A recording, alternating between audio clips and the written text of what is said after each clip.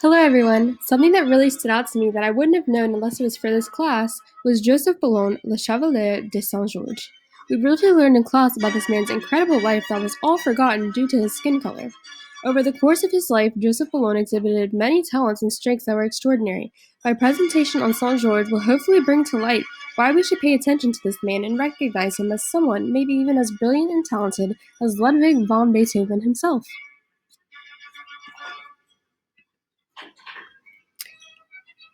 I'm going to give you a little background history on Bologne's life, and then we will get into some of his most amazing works.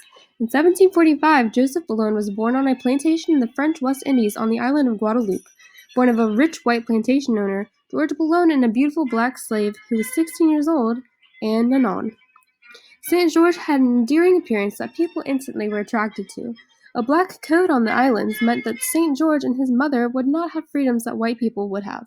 Because of this, St. George's father took him and his mother to France when he was 7 years old.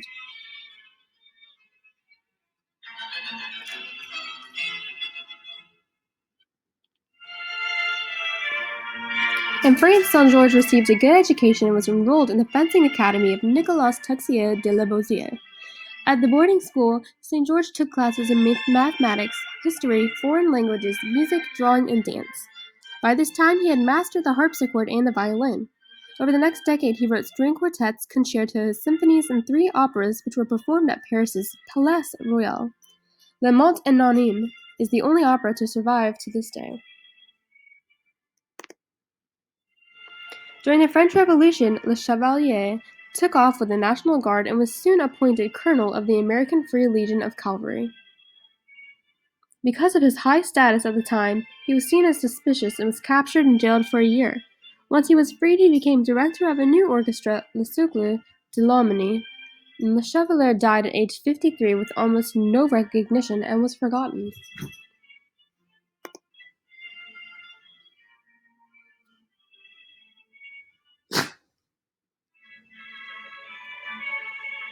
So this piece is one of my most favorite that I've discovered since listening to him. This concerto stood out to me simply because it just sounds iconic. Their energy in the concerto is rich and the melody is soothing.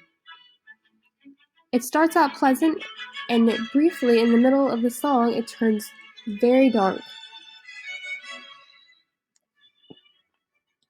I'm going to fast forward so you can understand. This is a 10-minute long song, and I don't think we have enough time to listen to it all.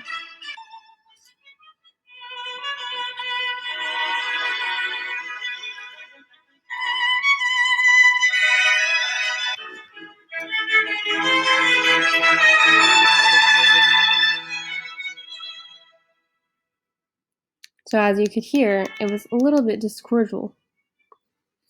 Okay, we're going to go to the next song, which is Violin Concerto Number 1 in D major.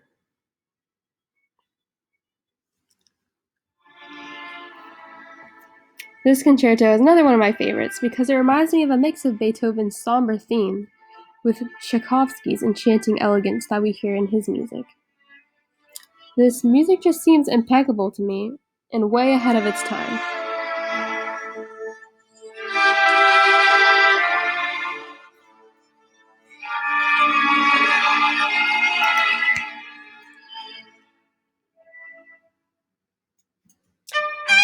The last piece we're going to study is my favorite. This is Quartet Number 3 in G minor. I really like this one because it's just so relaxing.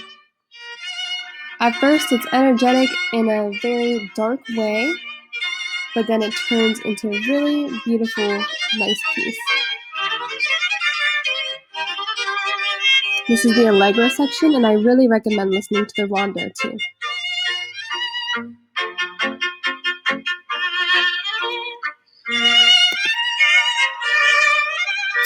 I've included a short little essay just to further explain why I chose the pieces that I chose.